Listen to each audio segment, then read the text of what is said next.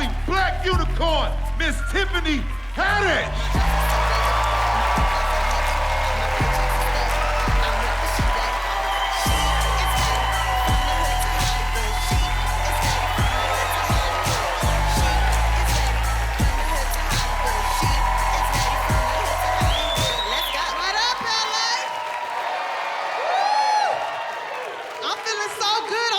It's nothing but opportunity in the world right now because I'm ovulating and stuff. And I smell good credit in the room. Smell like inheritances and everything. What's that? Yes. I'm feeling super sexy because this background, everything in here is so beautiful. Isn't it beautiful? I feel so classy and elegant. I just want to crip walk in this look. Classy than a motherfucker. Feel elegant as shit. Sorry, I just really wanted to be ratchet for 10 seconds. Feels so good, though. I feel like I've come a long way.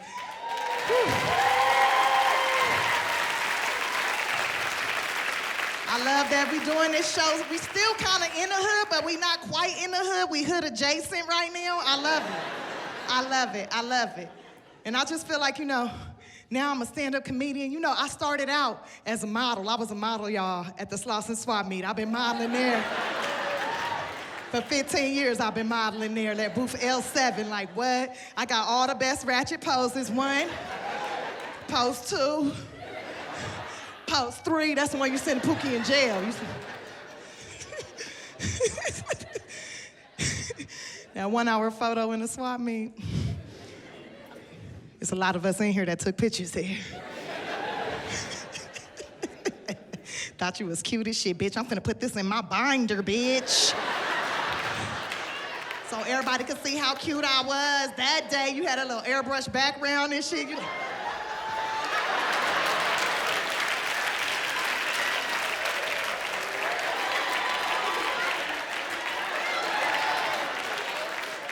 Why every dude wanna show their throat? Can't even see your face, homeboy. You got that throat, though. Rocking that throat. I grew up in foster care. Anybody else grew up in the system? Make some noise if you was in the system. So I'm the only special motherfucker here, huh? It's cool, it's cool. I was state property. I'm valuable, okay? I am valuable. All the rest of y'all mamas and daddies had to love you. They didn't get paid or nothing, okay? Anybody house that I walked into from the time I was 11 till I was grown, they got paid off of me, bitch. I come with a check. I'm valuable. Oh, I want to say thank you to anyone who paid taxes between 1990 and 1999. Thank you so much. Because without your tax dollars, I wouldn't be standing here right now today. You know, the state of California pays so much money to make sure I don't die because they knew I was going to be special. They knew it. They knew it. That was like, oh, this one right here, she gonna be a unicorn, and they was right. I'm the last black unicorn, bitch.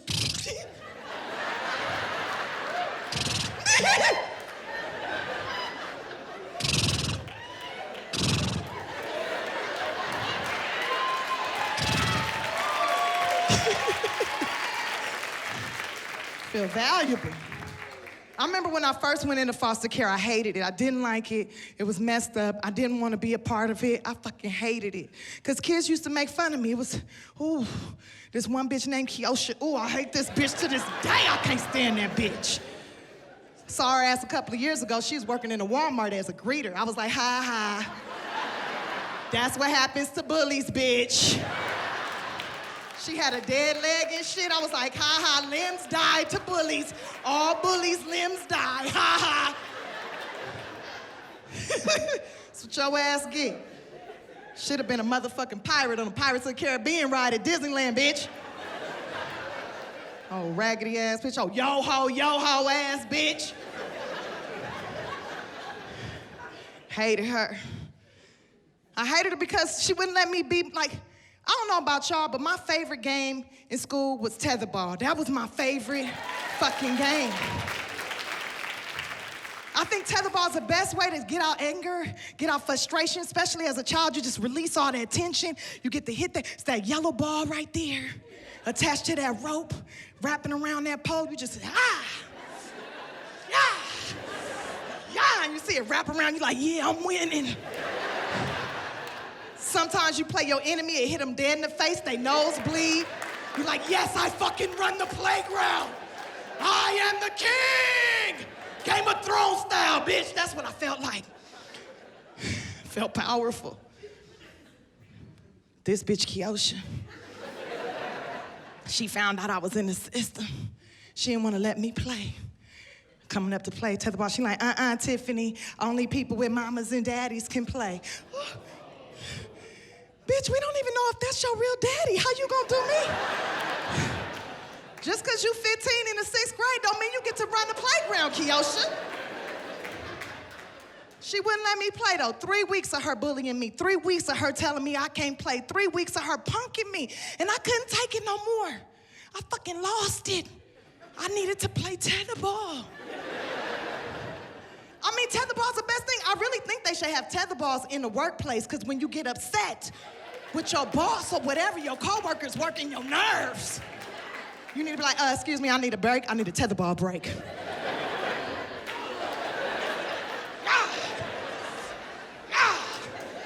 Okay, I'm ready to go back to work now. This will keep a lot of people from getting shot at work, I'm just saying. Wouldn't let me play. I got mad. Couldn't take it. 3 weeks of bullying me, 3 weeks of picking on me, 3 weeks of not letting me play my game. I lost it. Had my very first psychotic break. I was in line like, yeah, I'm playing tetherball today. I don't care what she said. Today is gonna be the day that I play tetherball. I was like out of a slave movie or something. Oh, I'm gonna go to tetherball freedom today. She gonna let me play today. And I get up to the front of the line, and she like, Tiffany, only peoples with mamas and daddies can play. I was like, You know what? You know what, Kiosha? You know what? You know what, Kiosha? Because that's what black women do when we get upset. We repeat ourselves over and over and over again, and we throw this hand out here like this because we about to snatch your soul out your body. On some Indiana Jones, Nabi Da Shupti Day type shit. We about to Kalima your spirit. That's what we about to do. And I was like, you know what? You know what, Kiosha? You know what? You know what, Kiosha? You right. I don't have no mom and no daddy, but you know what I do got? You know what I do got, bitch? You know what I do got? You know what I do got, bitch? I got a judge and a lawyer, ho. Do you got a judge and a lawyer? I don't think so, bitch. And you know what else I got? You know what else I got, Kiosha? You know what else I got? You know what else I got, Kiosha? You know what else I got? You know what else I got, Kiosha? I got a social worker that come and see me every 2 weeks. Do you got a social worker that come and see you every 2 weeks? No, because you're not special, bitch. And you know what else I got, Kiosha? You know what else? You know what else I got, Kiosha? You know what else? You know what else, Kiosha? You know what else? Your mama and daddy been paying taxes since before you was born. And if you died tomorrow, they would still be paying taxes. You know what them tax dollars do? Pay for my judge and my lawyer and my social worker, bitch. So seems to me like your mama and daddy love me way more than they love you, bitch. She beat the dog shit out of me, y'all. She beat me so bad, had me hanging from the tetherball pole. Police came, I pressed charges. She ended up with a judge and a lawyer, because what goes around comes around in this motherfucker. It's just like tetherball. But then I fell in love with foster care, y'all. I started to see the beauty in it. And that's the thing, like with my life, I find the beauty in everything. No matter how bad something get, I can find the beauty in anything. And when I was in foster care, I started to realize how awesome it was, because I got to live with so many different types of people. My very first foster family, they were Hispanic. They taught me how to speak Spanish. Me mucho gusta bailar. Me encantan los hamburguesas y los tacos, papi chulo. Comer mi panocha. And I always have fun when I say that in Mexico, because the Spanish dude go down on me, you know? And they taught me so much. They taught me how to cook. I know how to make carne asada tacos, enchiladas, pupusas, menudo. I know how to make horchata from scratch. They taught me how to cut grass and how to deliver babies. They taught me how to build houses from the ground up. I can build you a motherfucking house. They taught me how to get a job outside the Home Depot. They taught me how to fix cars. I could fix a transmission. I could rebuild a carburetor. Wait. They taught me how to rebuild an alternator and how to steal a carburetor. They taught me how to change tires. I know I can make the shit out of a quinceañera dress like it ain't nobody business. Okay, I could sew too. They also taught me how to play the accordion. I was the lead accordion player in a mariachi band, y'all, for like 9 months. I toured all over Southern California, some parts of Mexico. I was all in Arizona, New Mexico. I was doing it. Bitch, I was on El Telemundo and all that, okay? I was killing it. Young black girl playing the accordion. Hey. That was me. I did all the quinceañeras. I was killing it. And then my foster dad got deported on some weed charges. It was messed up. And then they moved me to a Jewish family, and I was so afraid, you guys. I was so scared. I was so scared to live with these Jews because the Mexicans had told me what the Jews had did to Jesus, and I was like, oh no. I'm a carpenter, and I got curly hair too. What's gonna happen to me? But turns out they were kind and nice people. Man, they taught me how to speak Hebrew. They threw me a bat mitzvah. I'm circumcised now, so it feels so good when I walk fast. Like, they just took the hood off, so it's like, she ready. You know, she just out there like, yes. If you ever see me walking fast down Crenshaw, don't stop me, because I'm feeling myself. You understand me? Oh, shit. This is the fuck I'm talking about. I need to walk more often. That's how I keep my weight down. I'll be busting on these walks. Woo! Who needs a man when you can walk fast in a motherfucker? And Jews hooked me up for life.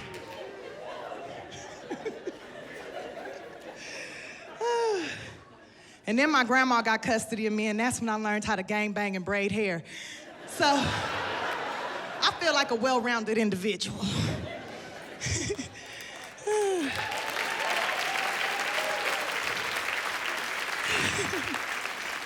My grandma taught me a lot, though. She taught me how to value myself as a woman. I'll never forget, it was my 18th birthday. She should have told me this on my 16th birthday, though, because at that point I had started renting out the property already.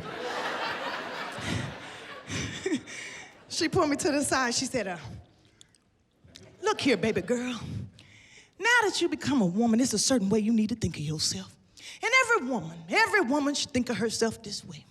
Baby, I want you to think of yourself as a house. And there's one thing you got to remember, baby. One thing you got to remember. Every man wants to come inside your house.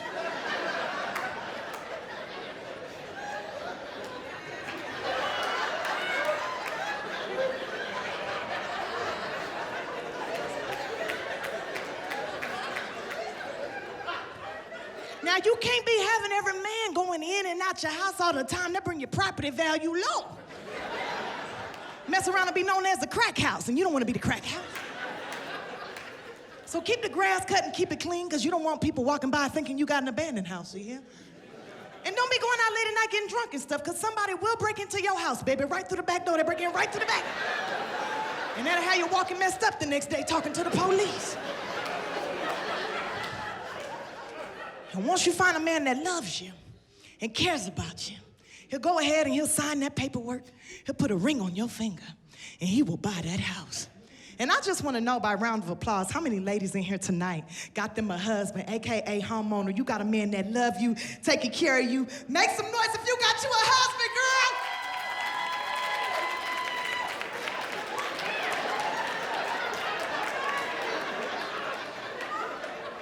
That's it? So the rest of you bitches in here just renting to own? You just Section 8 in the property out? Small Latin family of 15 living in there trying to make ends meet. Just, some of y'all got haunted houses. Every time a dude go in, he leave out with no spirit, no soul. He just dead on the inside. They call your coochie American Horror Story Season 1. Soul snatcher.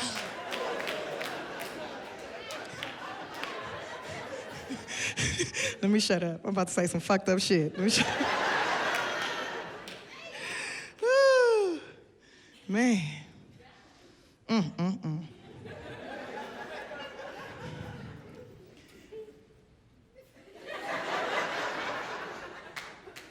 I'm taking a break. Y'all don't take a break when y'all go to work? Don't nobody do their job all the way through. It's fucking hot up here and my baby toe is dead.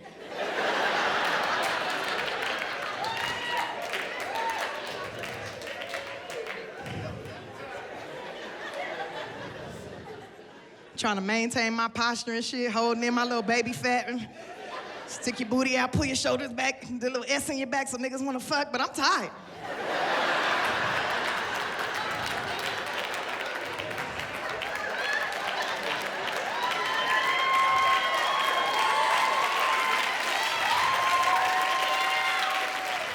Every female in here know what I'm talking about. You be in the club like, yeah, bitch, this is it. I'm getting pregnant tonight in this. This is my shit. You be like, why ain't nobody buying me no drinks in this motherfucker? Oh, fuck, my baby toe fell off somewhere in this fucking... The fuck? The fuck is my toe? Kim, you see my toe in here? I can't find my fucking toe, bitch. This is some bullshit.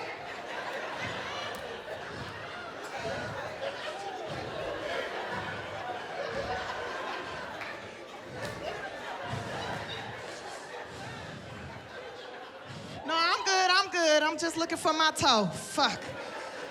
Whew. Real shit. After I left my grandma and got, graduated from high school and everything, I got accepted into NYU, y'all. I was supposed to go to NYU. Don't clap, because I didn't go. Make no sense to me. It was $30,000 a semester. How am I pay $30,000 a semester? How many dicks do I gotta suck to get this education? I don't want it. I don't want it. Some people be like, oh, just get along, bitch. I don't wanna owe nobody nothing. No, thank you. YouTube had came out around the same time. I was like, fuck it, I'm going to YouTube University, bitch. I'm gonna learn everything. YouTube is the shit. I'm so happy they made YouTube, because you really don't have to go to school if you got YouTube. Anything you wanna know is right there at your motherfucking at your thumbs now. They got phones. You can just tap in there, ask any question.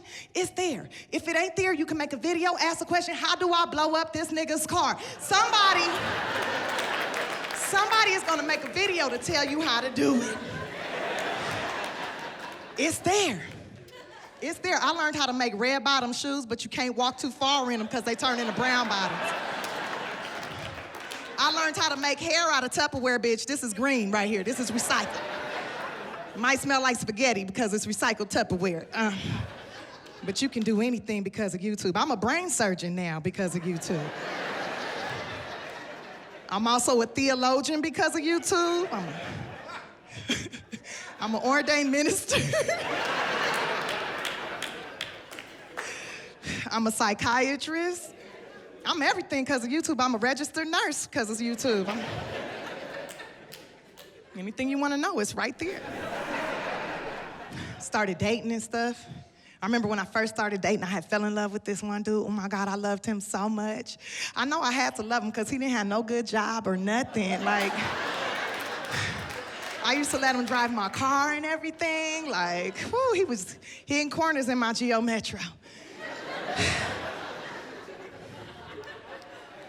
I loved him, I really did, I did, and he cheated on me and everything. Like, I didn't know at first, because like I was so done. You know, when you in your early 20s, it's like a dude could tell you anything, you'd be like, okay. Be like, it was my birthday, and he had dropped me off at his grandma's house. He said he had a job interview. He's gonna go to the job interview and come back and pick me up. And that motherfucker didn't show up till the next day. And I was like, oh my God, what happened to you? And he was like, oh, I had got pulled over by the police. And I was like, yeah, that's right.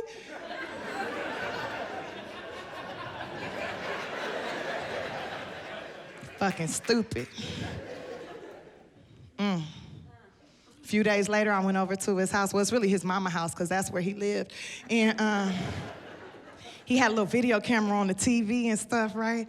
And I was like, ooh, let's make a movie. Let's get freaky and make a movie. And I had started recording, and he had snatched the camera from me, scratched my face. I still have a scratch mark on my face from that day. And I was like, damn, what's on the camera, right? And he was like, stay out my fucking shit. Like, don't be on my stuff. And he took the tape out, went down to the dumpster, threw the tape in the dumpster, and was like, you stay out my stuff. And then he tried to like get freaky with me, right? And I was like, you so crazy.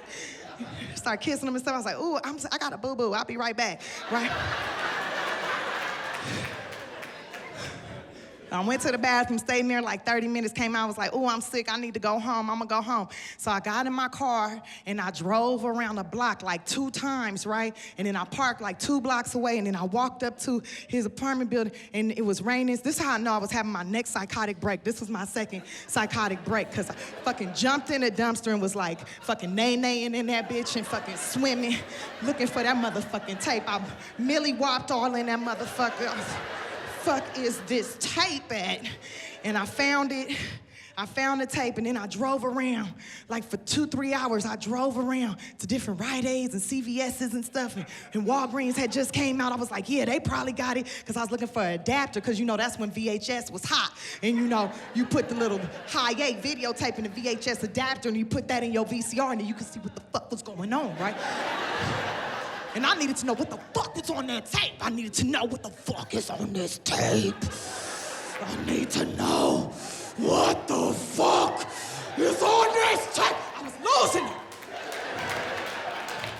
Now I'm driving all over the city. I done drove out to the valley. A bitch almost made it to San Diego looking for a fucking adapter to this tape, right? And I couldn't find one. And then I called my homegirl Anna at like 4 o'clock in the morning. I was like, Anna, girl, you got the same video camera he got. Let me borrow your video camera. She's like, why? I don't know. Why do you want the video camera? I was like, bitch, let me borrow the video camera. I got a pack of Newports and some weed. She was like, bring your ass here, girl, to come. And I was like, here I come.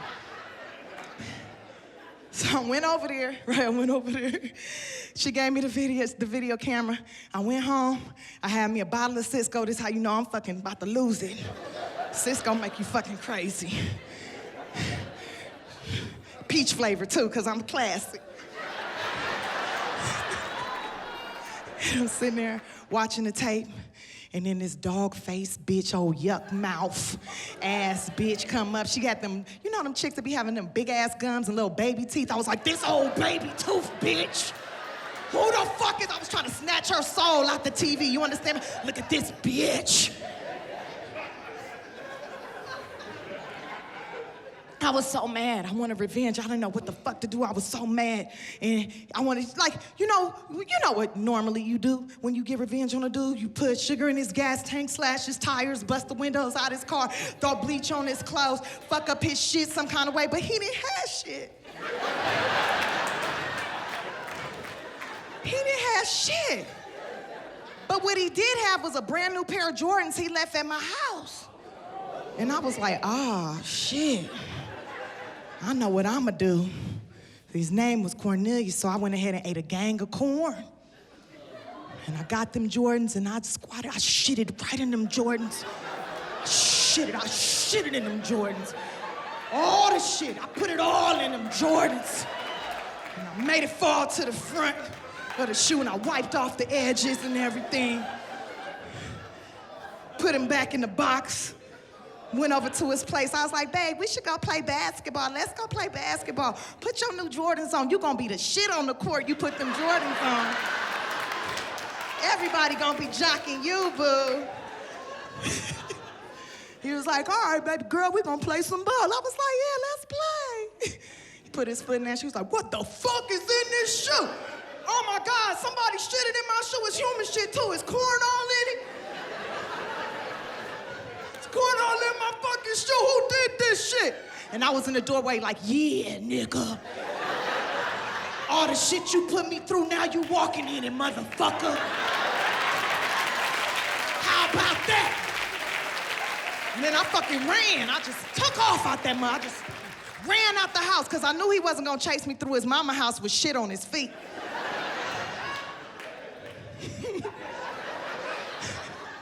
Any questions?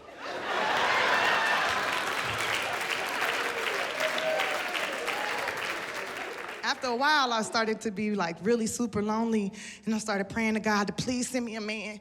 God, please send me a man that really love me, that want to be with me, want to do what I do, that really just love my dirty draws. Like he just everywhere I'm at, like no matter what, he just there for me no matter what. And then God sent me a stalker, and I was like, yes, I'm marrying him. And I married my stalker. I'm so proud of myself. And it was a good relationship at first. At first, it was fucking awesome. Like, he was feeding me 3 times a day and stuff. He used to take me on long walks and everything, and he never beat me up or nothing, bitch. It was a good relationship. Now, he did choke me a few times, but that's when we was playing cops, and the police would come, and they arrest him. He go to jail for like a day or so. He come back, I suck his dick. We had court order counseling. It was a real relationship. We had a judge. That's valid, okay? That's that foster kid shit, bitch. We got a judge. It was crazy, though. And I had broke up with him. I left him. I was like, I can't live like that. I can't do that. I'm not living that life. And he wanted me back. He's like, I want my wife back. Like, I want my wife back. I was like, well, if you want me back, it's certain things you're gonna have to do. You're gonna have to do certain things. You're gonna have to take a domestic violence class. You're gonna have to take a communications class. You're gonna have to take an anger management class. You're gonna have to make $1 million and buy me something I always wanted to. So I'm thinking he'll never complete none of this shit, right? He took all the classes, he did all that. He got him a job as an executive at a studio, making money. And then he bought me a sleep number bed, bitch. I was like, oh my God, he loves me. He care about my rest, he loved me. But I knew I couldn't just go back just the way I was. I knew I had to get myself together, because I knew my mouthpiece is part of why I got choked the fuck out. So I took myself a communications class. I took a domestic violence class. I took an anger management class too. And I took a football cross-training class, and I took a synchronized swimming class, because a few people told me if it happened once, it might happen again, right? So we got back together and everything, and it was all cool. And he told me, like, you can't receive no phone calls or text messages after 10 o'clock because that's disrespecting our relationship. And I was like, oh, well, I'm a comedian. Sometimes clubs are going to hit me up and want me to come and do a show. He was like, well, you don't have to do that no more. I'm making money, so I'm going to take care of you. You ain't got to do that comedy shit no more. And I was like, oh, touche, nice. Nice, but no, I love comedy. You can't take that away from me. I'm not gonna allow you to take away what I love. I love this. This is my safe place. This is my favorite thing in the world. I'm not gonna let you take that from me. Fuck that. You can take the pussy, but you can't take my comedy. So we leaving the comedy club. It's like 12:32 a.m. I'll never forget it.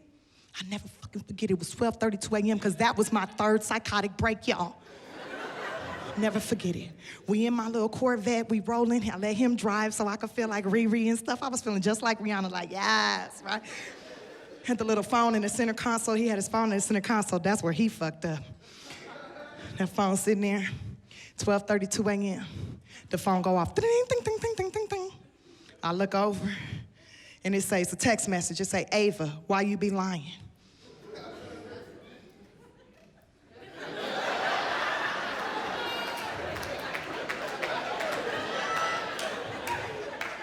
In my head, I'm like, who the fuck is Ava? Who the fuck is Ava? I don't know. No, he don't have no family members named Ava. He ain't got no cousin. He ain't got no coworkers, because I've been up to that job like 8 times. I ain't met not one bitch named Ava. Who the fuck is Ava? Girl, don't say nothing out loud. You know what you learned in class. What did you learn in communications class? What did you learn in communications? And then I look at my reflection in the window, and I see myself. I feel like in the reflection, I'm like Gollum. I'm like, oh. We must find out who the fuck Ava is. You ask him who is Ava. And then this side's like, no, calm down, calm down. What do we learn? We learn to smile and be polite, smile and be kind. When you ask him, just smile. I don't want to smile. I want to know who the fuck Ava is.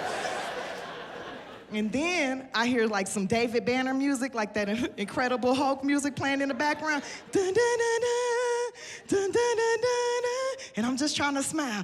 Dun, dun, dun, dun, dun, dun, dun, dun, dun, dun.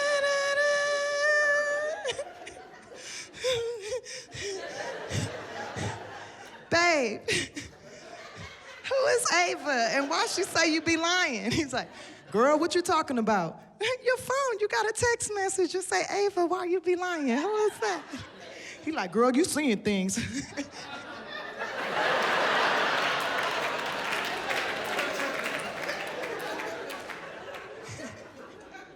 Boy, you know I ain't seen things. Let's say that right there. This is crazy. Who is Ava? Girl, I don't know what you're talking about. Ain't nothing right there. And then I grabbed the phone. This is what you don't do, bitches. Never grab his phone, right? And I text back super fast, I was just like, why? And she texts back even faster, like she's a professional text messenger. Because you said you was gonna give me some money to get my nails and hair done tonight. And I was like, who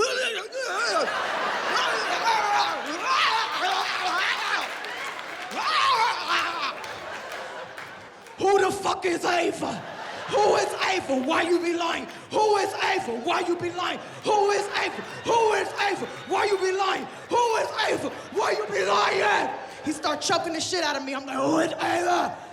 Hey, Blue 43. Who is Ava? He like, bitch, why you not dying? Why you not? Cause I'm strong from the football cross training. My throat is strong, nigga. Who the fuck is Ava? I'm breathing through my pussy from the synchronized swimming, motherfucker. Who the fuck is Ava?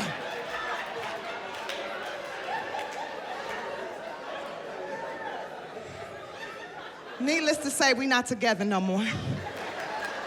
We're not together.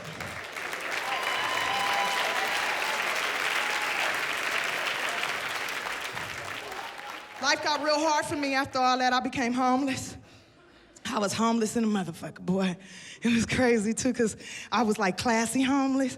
Like, I kept my nails done, kept my hair done, and I stayed with baby wipes. A bitch, stay fresh. Because I didn't want people to know that I was homeless. And I used to be in my little Geo Metro. That shit was packed out. But I was classy with mine. I slept in real nice places. I lived in Beverly Hills, bitch. Kept it classy. Slept on Doheny, I slept on Rodeo.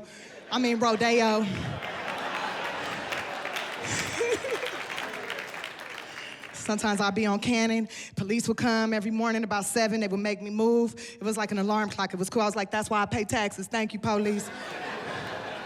And go out and get this money, try to make it happen. I remember I used to pull up to the comedy club to do jokes because that's where I was happy at. On stage, that's my happy place. So I always pull up to the comedy club and I would get like free meals and drinks and stuff, so it was dope. I stayed eating and I pull up to the club and I always pull up like 5 or 10 minutes late so the other comedians couldn't see all the shit in my car and clown me, because they would. They would clown the fuck out my ass. One night I pulled up late and I was doing this show at the Laugh Factory, and Kevin Hart, he used to be on this show too, and he pulled up right behind me. And a part of me just wanted to hide in the car, just tuck myself and just hide, but I need to get in, so got out the car, started walking in. He was like, yo, Haddish, what the fuck's all that shit in your car? What's going on? I was like, boy, please, I'm just in between houses, mind your business. And he was like, what's going on with you, Tiff? What's going on? I was like, nothing, I'm fine. Like, mind your mother, you know, like when something really going on, you get a little attitude. I was like, mind your business, nigga. He's like, after the show, we're gonna have a conversation. We need to talk, right? And I was trying to like dip up out of there after the show. He caught me though. And he's like, Tiffany, tell me what's up. And I was like, man, I'm homeless right now, but I'm gonna be all right. I'm strong, I'll be fine. I got my own, I got a roof over my head. It's a Geo, but I'm good. Like, I'm straight. And he was like, Tiff, like, you a pretty girl. You a pretty girl. Why you not staying with somebody? You can stay with somebody. Like, what's wrong with your pussy? I was like, really, nigga?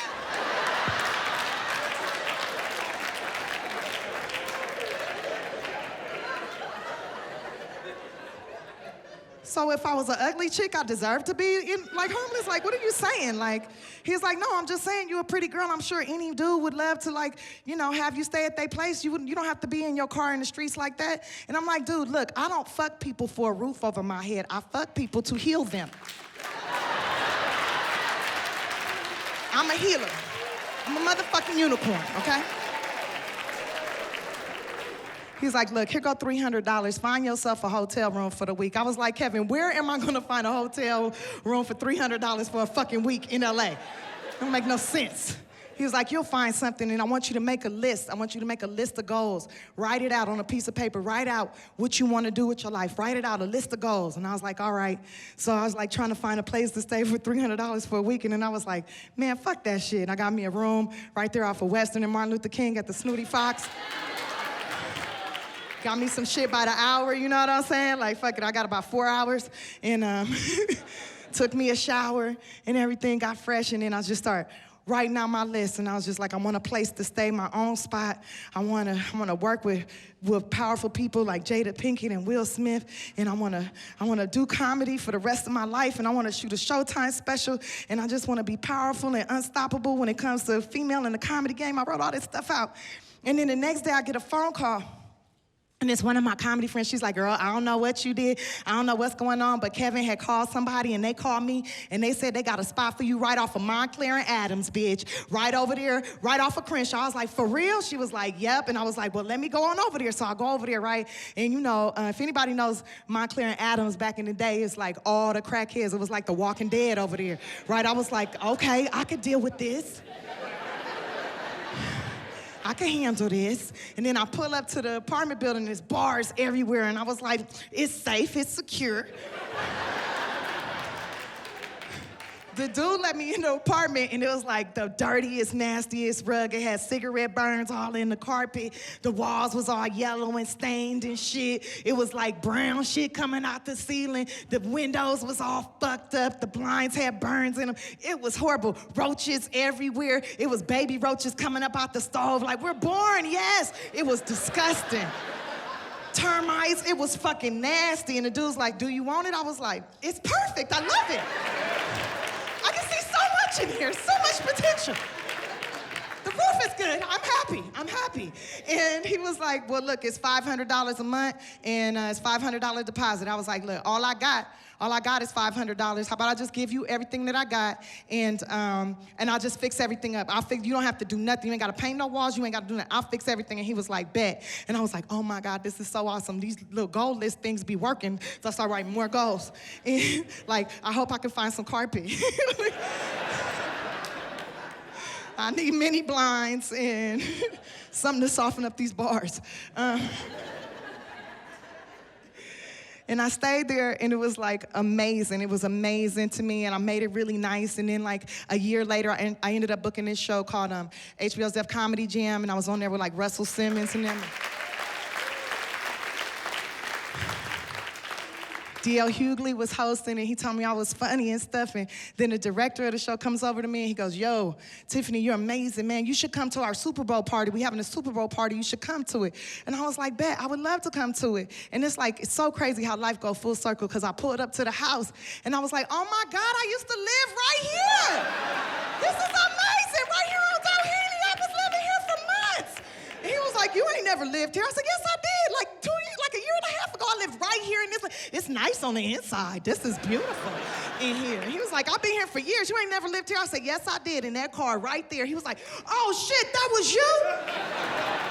I used to call the police every morning at 6:45 to get that piece of shit out of here. I was like, man,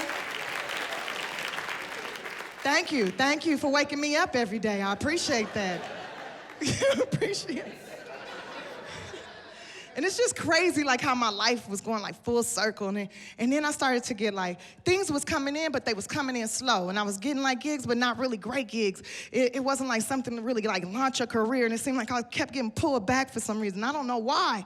And I just started to get really depressed. I started getting really sad, y'all. And it was, like, the census had came around. Y'all know about the census? That's when they come to your house and stuff, and they try to count how many black people live in the neighborhood so they know where to put the Section 8 and everything. The census, they came to my house, the numerator came knocking on my door, this little white man with glasses. He come knocking at my door, and he goes, hello, I'm with the U.S. government, I'm with the census, and we're taking a count, and we just want to know how many people live in this household. And I was like, it's just me. It's just me. And he was like, what's the nationality? And I was like, American. And he goes, no, what's the race? And I was like, really, motherfucker, is that what we doing? We bringing racism to my front door on this day when I'm already not happy? What are you doing? What are you, colorblind or something?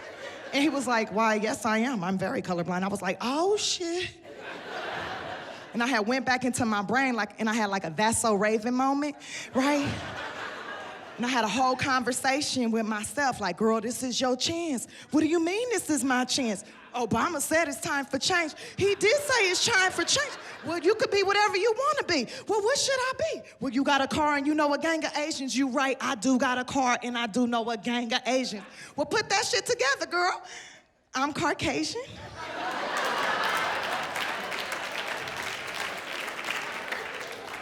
And he said, great, and he checked the white box, and my life has been fantastic ever since, y'all. Oh my God, it is so awesome being white. It is so fucking cool. 3 days after I became a white woman on paper, my credit score went up by 300 points, okay? It is so awesome. Like, look, last year, I slept with 87 dudes. Nobody called me a hoe or nothing. They said I was an entrepreneur. I'm a businesswoman, okay?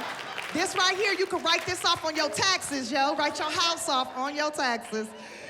6 inches of office space. We have meetings. I had to measure it for the taxes.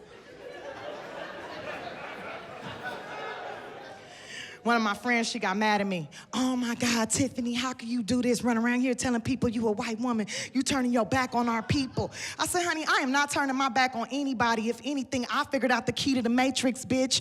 Check a different box. You can be whatever the fuck you want to be. This is America.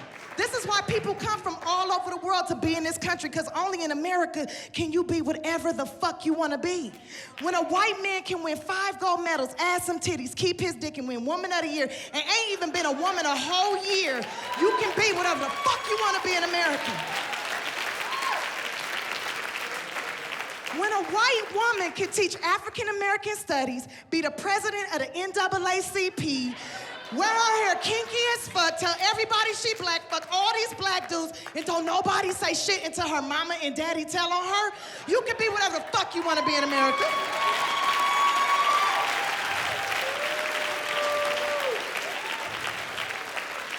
My cousin, straight up my cousin, true story, 2-time felon, could not get a job nowhere. Could not find, 2-time felon, could not get a job. I told her, check the white box and see what happens. She now works for Homeland Security, y'all. You can be whatever the fuck you want to be. Donald Trump is the president. You can be whatever the fuck. You can go on stage and be like, yeah, get those motherfuckers out of here. And now you the president? Fuck it, who knows? In 5 years, I could very well become the next leader of the KKK. And wouldn't that be some shit? I'm gonna tell you right now, a lot of things are gonna change about the KKK. If I run it, it's gonna be a lot of things that are different. First off, we're not gonna wear them hoods, because that fuck your hairline up. So they be going bald up in here. Hate make your hairline disappear. So we gonna wear do-rags. Because that make your hair lay nice and keep it moist.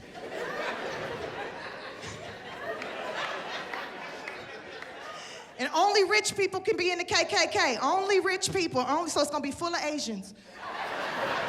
And I would change this too. We wouldn't do this right here. If I was running the KKK, we wouldn't do this. Because this fuck your rotator cuff up. This right here, fuck up your rotator. We would do like this. Because that's a full body workout right there. And we wouldn't say white power, we'd say white magic, what? Because I'm into Harry Potter. That's what I'm into. I'm into magic, man. I'm into magic. And now that I've been like I feel like my whole life has been magical. And there's been parts of my life that's been really fucked up. And now, like, I'm so particular about who I date. Like, I don't want to just date anybody. I can't just date anybody. I want to date dudes that have an inheritance. I think that's important. I really do think that's very important, because that means you got people that love and care about you. Somebody cares so much about you, they set it up so that you can have something when they go. You know what I'm saying? When they go down, you go up. I'm with that. I'm with that. I like that shit. And it's just, I feel like your values are different when you know that you got something coming to you. Once your parent, like, yeah, I just feel like that's better. And I want that. And I believe the saying. They say, white man die, he leave a will. Black man die, he leave a bill. And I think that shit is so true. I hate to say it out loud, but I think it's true. I had an uncle pass away not too long ago in his late 80s. You would think after being on this planet for 80-something years, you would have left something, a piece of land, a few $100,000 in a bank account, something. This motherfucker didn't leave us nothing but newspapers and a cast iron skillet from slavery. And we know that it was from slavery because we took it to the Antique Roadshow and made some money off of that shit, so that's cool. It was messed up, though, because I don't know if you know this about black people, but when somebody passes away in the family and there's no money to bury them, they do fundraisers. fundraisers galore. They'll do fish dinners or chicken fries, or they'll try to throw like a little get-together or something, get everybody to donate, get the church to donate. They'll do car washes, and that's the worst when you see your auntie Gladys out there washing cars and you know this bitch is too fat to wear a two-piece. I just can see it. It looks horrible. And it's so crazy, because they raised up enough money to get the casket, to get his suit, to have the ceremony and everything, but they didn't have enough money to buy the land to bury him. They didn't have enough money to put him in the ground. So they come to me, because they like, oh, Tiff, you've been on a few shows, you got some money. Can you, go, we need you to bury Uncle. And I'm like, he never really did much for me in life. I don't know why y'all would even come at me like that. I mean, he let me go to the foster home and everything. I mean, like, what the fuck? Like, why would I? That don't make no sense. Like, we used to get sandwiches and stuff at Subway together, and he made me pay for them, so I really feel like I did my part. Can we just cremate him? Let's just cremate him and put him in a sandwich bag. He loves sandwiches. Put some tomatoes in there, a little turkey meat. He love that shit. Like, let's just do that. You can't do that. That's sacrilegious. Don't do that. We got to put him in the ground. We got to put him in the ground. They bullied me and they pressured me. And then finally I was just like, fuck it. I did it. And it was my whole savings. My whole fucking savings. Because if you want to bury somebody in L.A., be ready, bitch, because that's a down payment on a house. It is no joke buying that little piece of grave. And I was like, oh, my God, my first piece of land. I'm a landowner now. But it got a dead body in it, though. Can't build no house on that. That should be like, that was a poltergeist.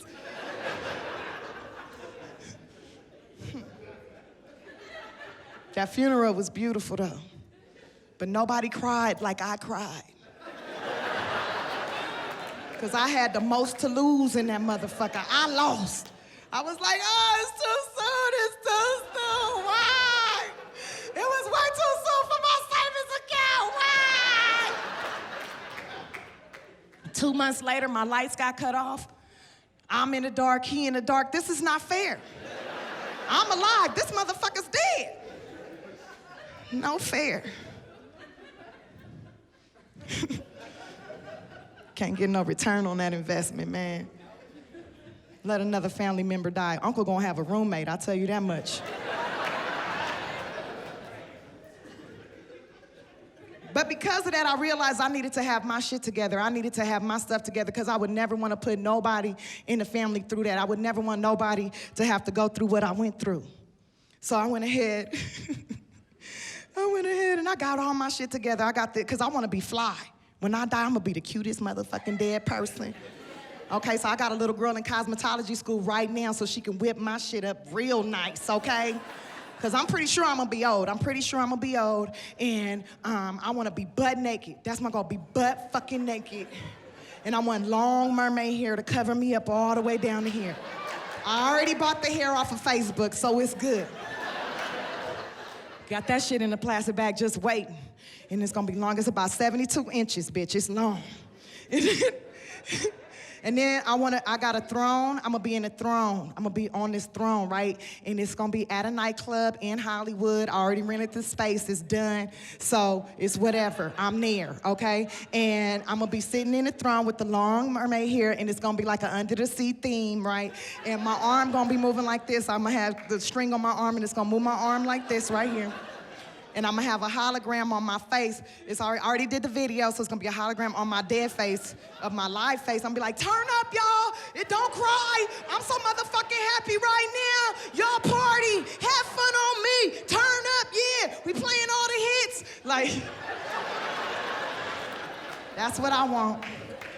And then I want to be cremated, and I want my ashes to be buried at this plum tree that I got in the pot right now, and it's going to be really big, and I'm just going to move that plum tree wherever I move to, because, like, right now I'm in South Central, but I know I'm going to move somewhere else better, because my career going to have to it got to get better. And so I'm going to take that tree with me, and I'm going to put it in bigger pots, and then I want my ashes to be in that plum tree, and then a year later, when the tree becomes fruitful, I want everybody that loved me and cared about me to eat from that fruit. I want them to eat the fruit from that tree.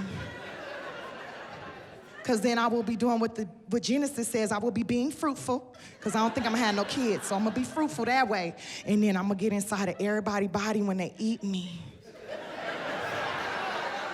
I just want to be inside of them for 24 hours. That's it. I think that's fucking beautiful. I don't give a fuck.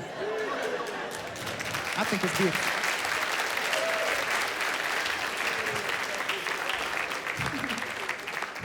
My neck is so strong, I fucking broke my choker. Can't nobody choke me, not even you, choker. Well, my life changed a lot, man. My life has changed so drastically. Like almost everything that was on that list has come true. Almost every single thing. Like I'm on this TV show right now called The Carmichael Show that comes on NBC. I did a movie with Key and Peele called Keanu, and I was the leading lady in that movie. I didn't even realize I was the leading lady until like we was done. I was like, dang, I worked a lot of days on this one. That's crazy. And then I just booked this movie called Girl Trip, starring Regina Hall, Queen Latifah, and Jada Pinkett Smith, and myself.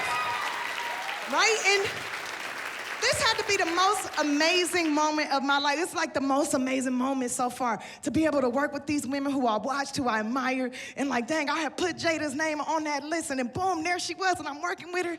And I'll never forget this one day, we was standing outside the trailers, we was in New Orleans shooting this movie, and it was like 90 degrees at 7 a.m., hot as fucking New Orleans, because I think that's where the devil landed when he got kicked out of heaven. Pretty sure that's where he landed. And we was standing out there talking, and I had my little purse on my shoulder. Now, this purse, it looked like a Michael Kors purse, but I had got it from the Slauson, so you know it ain't no real Michael Kors purse. But I'm a firm believer in never having a bag that you could, like, I feel like any bag that you have as a woman, you should be able to keep that amount of money. Like, however much the bag is worth, that's how much money you should be able to keep in that bag at all times. I'm a firm believer in that. So I had my little $35 Michael Kors bag, because I could keep $35 in it at all times, right? So I'm standing there with my bag, and it had MKs all over, and just a little bitty L in the middle, so you couldn't tell. It was a knockoff, but you couldn't tell. Like, you had to look to see. You had to look.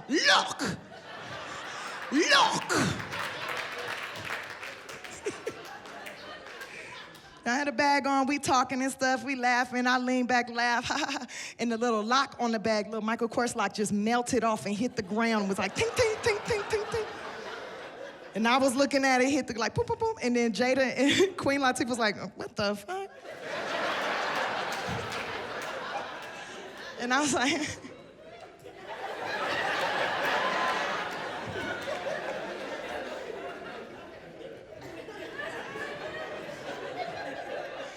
and Jada goes, Tiffany, what kind of bag is that? And I was like, this? Girl, this a Martin Luther King bag.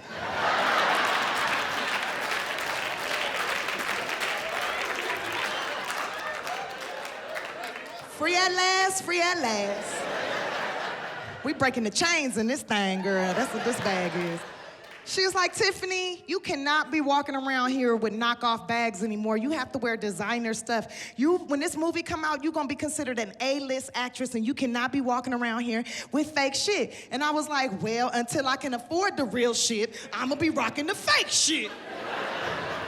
And I have no problem with that, Jada. She's like, well, you should. You need to know who the designers are. Who are your favorite designers? I was like, who's ever in a Slauson? She was like, no, Tiffany, no. No, look, Tiff. Look, this is what I'm gonna do for you, Tiffany. Look, I got a private jet. I'm flying to LA this weekend. You should fly with me. I was like, what, on a private jet? You want me to get with you on a private jet? This is crazy. Oh my God, who else is going?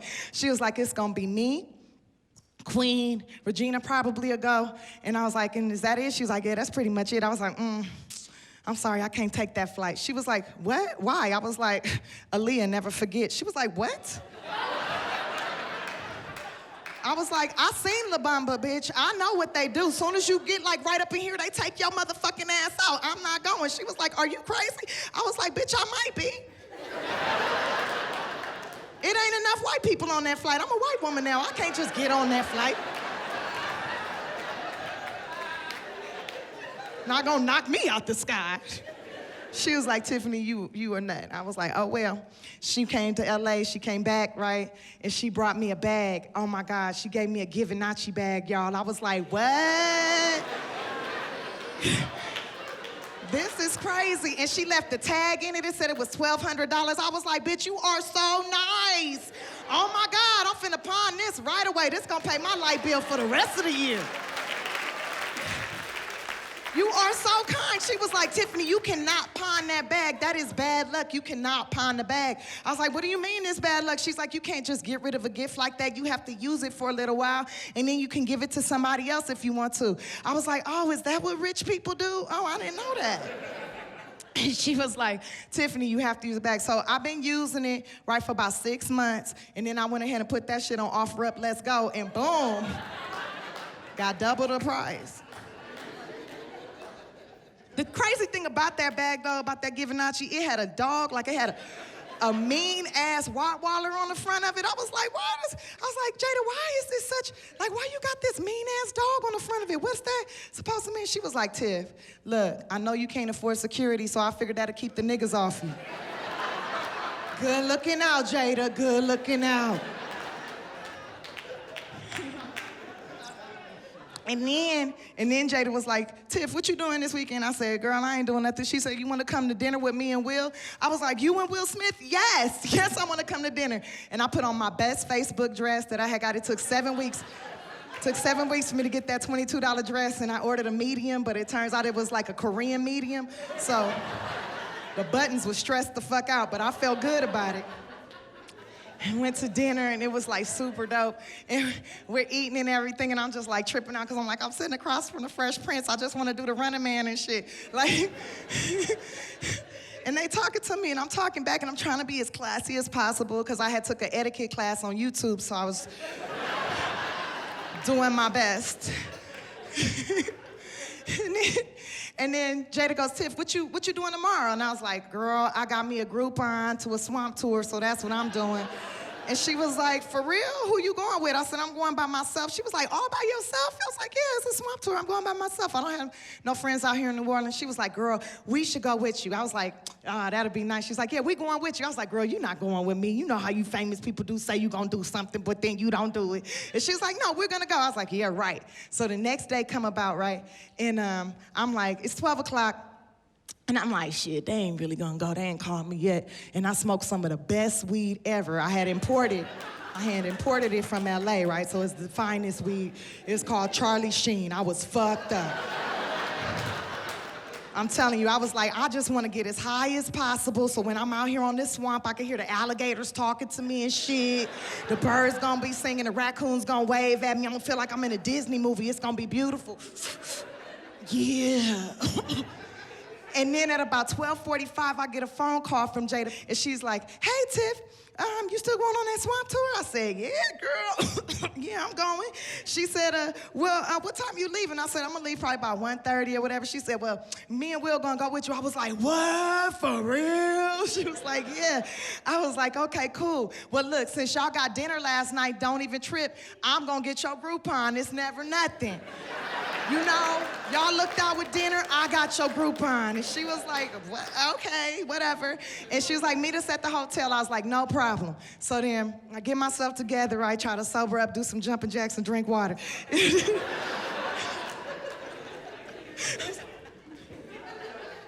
All right, I could drive.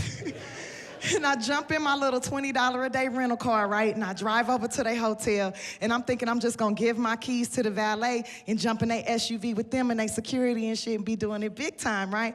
So when I pull up, I'm like trying to hand the keys to the valet, but Will Smith come running out the hotel like he in Bad Boy 7 and slide in the backseat of my rental. I'm like, what the fuck? And he's like, man, it's been years since I've been in a regular car. This is pretty cool.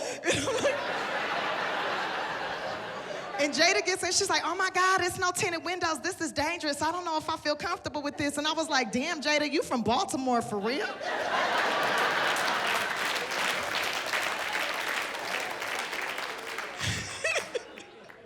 So we go up, like we take off, right? And I'm driving, and in my mind, I'm doing like this. I'm just leaning back and I'm rolling. That's what I'm thinking is happening in my mind. The next day, Jada said I was all on the wheel like this. And I was like, of course I was on the wheel like this, Jada, because all I'm thinking to myself is, ooh, Tiffany, be as safe as possible. You don't want to be the bitch on TMZ that killed the Fresh Prince of Bel-Air. And every time I'm looking up in the rear view, I just see Will Smith like, and I'm like, it's $280 million in the backseat of my $20 a day rental. What the fuck? My life is fucking amazing. And then I pull up to the swamp tour, right? I pull up and it's like 100 white people out there. And it's only one boat. Pull up, it's only one boat, 100 white people. And Jada's like, Tiffany, what the fuck is this? I said, what, Jada? It's the Cajun Swamp Tour.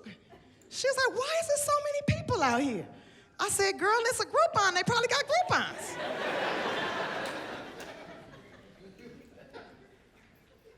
Tiffany, what the fuck is a Groupon?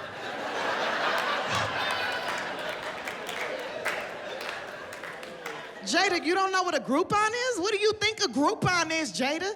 I thought it meant you had your own boat that you could take a group of people on, Tiffany.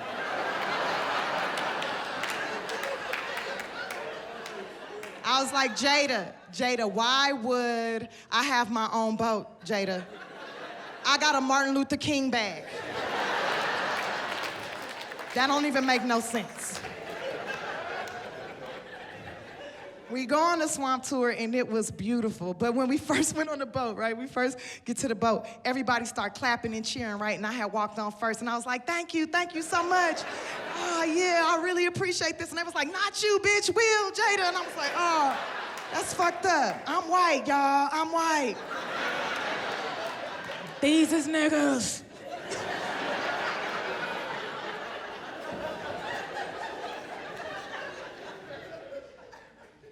They was all trying to take pictures with Will, and Jada was trying to take pictures and stuff. And Will stands up. He goes, look, everybody. This is the Cajun Swamp Tour, not the Will Smith Tour. So let's just enjoy ourselves, see what we can see, learn what we can learn. And at the end of the tour, if we're in the mood, we'll take pictures with everybody. Is that okay with you guys? Is that all right with you guys? And everybody's like, yeah, yeah, yeah. And they cheering and clapping and laughing. I'm like, this is some bullshit right here. He didn't even say nothing funny. I've been working all these years to be funny. He didn't say shit. Is this what money do? I need money. So we enjoying ourselves on this tour. It's beautiful. And we just really enjoying ourselves. And then Will leans over to me. He looks at me. He goes, man, Tiff, I'm going to have to give me one of these. I was like, one of these little ferry boats? He was like, no. I'm going to get a swamp.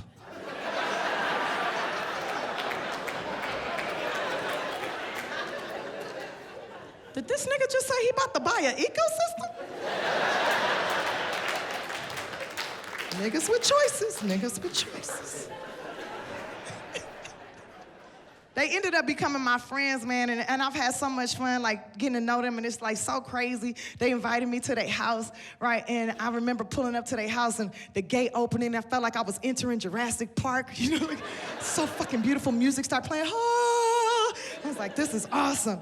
And then, like, I was hanging out and their sons were there, and all I could think to myself is like, oh my God, I hope that, like, one of their sons see me, like, and, like, start feeling me and fall in love with me, and then, like, I do it to him, and then I get pregnant and we get married, and then Will and Jada will be my mom and dad, and that's every foster kid's dream come true, you know. And then I would inherit a swamp and shit, like, that would be so dope.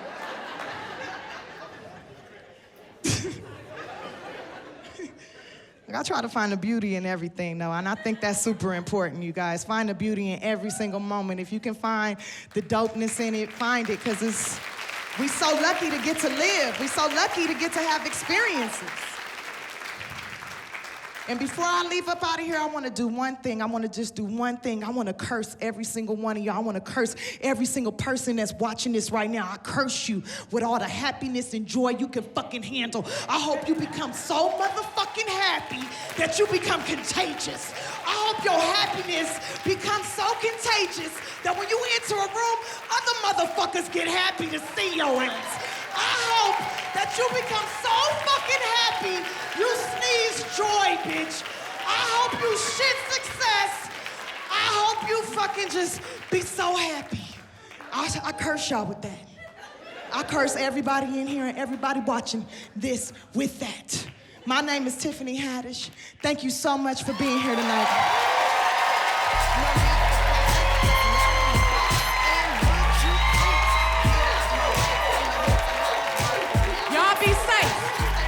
And if you're not safe, name it after me. Tiffany Haddish. Good night.